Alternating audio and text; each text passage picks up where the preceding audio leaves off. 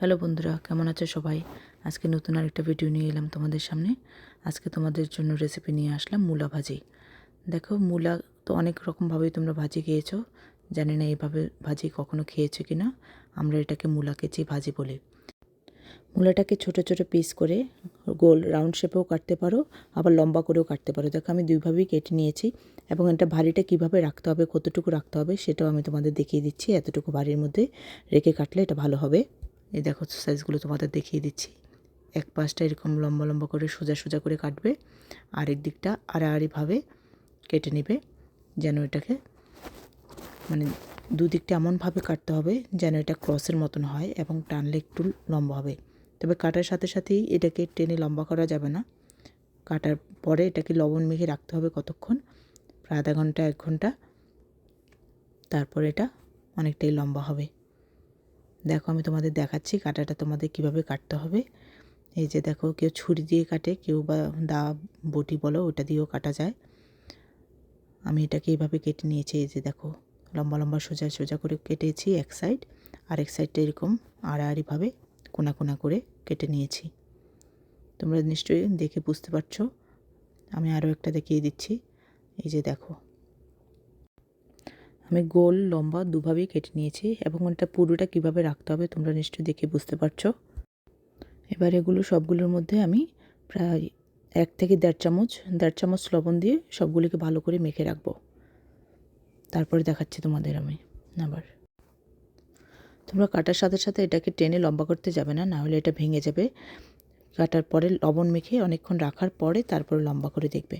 আমি এটার মধ্যে লবণ মেখে রেখেছি, যেহেতু অনেকটাই লবণ মেখেছি তাই আমি প্রায় 2 ঘন্টা রাখার পরে তুমি এটাকে ভালো করে ধুয়ে নিয়েছি। ধুয়ে ভালো করে চিপে তারপর আমি এটাকে ভাজার জন্য ইউজ করব। এখন আমি বেসনটাকে বানাবো। দেখো, এখানে আমি 1 কাপ ময়দা দিয়ে দিলাম। আমি এখানে প্রায় 12 থেকে 15টা ভাজি করব, সেই হিসেবে বেসনটা বানাচ্ছি। 1 কাপ ময়দা দিলাম, 1 কাপ সুজি দিলাম। দেন এর মধ্যে আমি 1 কাপের থেকে একটু কম চালের গুঁড়ো দেব, আধা কাপের থেকে একটু বেশি। তোমরা নিশ্চয়ই আমার কাপটা দেখতে পাচ্ছ, সেই হিসেবেই কাপের মেজারমেন্ট করে আমি এখানে বেসনটা বানাচ্ছি। তার মধ্যে সুজিটা আমি হাফ কাপ করে 2বার দিলাম। এই দেখো, চালের গুঁড়োটা দিয়ে দিলাম এবার। এই ভাজির সবচেয়ে গুরুত্বপূর্ণ বিষয় হলো এই ব্যাটারটা বানানো, তাই ময়ানটা ভালো করে দিতে হবে তোমাদের এবং কাটাটাও ভালো করে কাটতে হবে। তার মধ্যে একটুখানি তেল দেব আমি, প্রায় 3 চা চামচ তেল দিলাম। এর মধ্যে আমি একটু হলুদ গুঁড়ো দিয়ে দিব 1 চা চামচ, আধা চামচ চা চামচ একটু লঙ্কার গুঁড়ো দিয়ে দিব। আমার তেলটা একটু কম হয়ে গেছে তাই আমি আরেকটু তেল দিলাম। এখন আমি 1 চা চামচ লবণ দিয়ে দিব। আমি যেহেতু 14 থেকে 15টা ভাজির জন্য বেসন করছি, সেই পরিমাণ অনুযায়ী বেসন অনুযায়ী আমি লবণটা দিয়ে দিব। এখন এর মধ্যে আমি 1 কাপ জল দিয়ে বেসনটাকে মাখাবো। তারপর লাগলে আর একটু দেখে জল দেব। একটু একটু করে বেসনটাকে মাখিয়ে নেব জল দিয়ে। তেলটাকে আমি 4 চা চামচ দিয়েছি। আমি আগে 3 চামচ দিলাম, এখন 1 চামচ দিলাম, কারণ তেলটা দিলে ভাজিটা একটু মচমচে হবে এবং বেসনটা খুব ভালো হবে। বেসনটা দেখো আমি এইভাবে গুলে নিয়েছি। এটার পুরোটা ব্যাটারটা এরকম টাইপের হবে, বেশি ভারীও না আবার বেশি পাতলাও না, এভাবে হবে। আমি কড়াইতে তেলটা দিয়ে দিব, তেলটা একটু বেশি করেই দিব। তেলটা গরম হয়ে যাক, তারপর আমি তোমার মূলাগুলি যেহেতু অনেকটাই লবণ মাখা ছিল তাই ভালো করে ধুয়ে আমি চিপে নিয়েছি। এখন মূলাগুলিকে ভালো করে জল নিংড়ে এখন বেসনের মধ্যে ডুবিয়ে আমি কড়াইতে দিয়ে দিব। এই দেখো, তোমাদের আমি দেখাচ্ছি।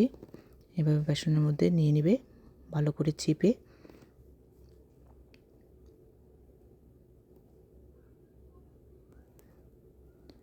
এক পিঠ আরেক পিঠ এরকম দুভাবে ভালো করে উল্টে পাল্টে বেসনটা ভালো করে লাগিয়ে নিয়ে 2 হাত ধরে টেনে তারপর তেলের মধ্যে ছাড়বে। তারপর এক পিঠ লাল হয়ে গেলে তারপর আরেক পিঠ উল্টে দিয়ে ভালো করে তোমার খুন্তি দিয়ে ভালোভাবে চেপে চেপে এই পিঠ ও পিঠ উল্টে লাল হলে নামিয়ে নেবে। তোমরা কখনো এই ভাজি খেয়েছো কিনা আমাকে জানাবে, কেমন লাগলো তাও জানাবে। দেখো, আমার হয়ে গেছে এগুলো, এই পিঠগুলো। তোমাদের আরেকটা দেখিয়ে দিচ্ছি তোমাদের সুবিধার্থে কিভাবে দেবে। এই যে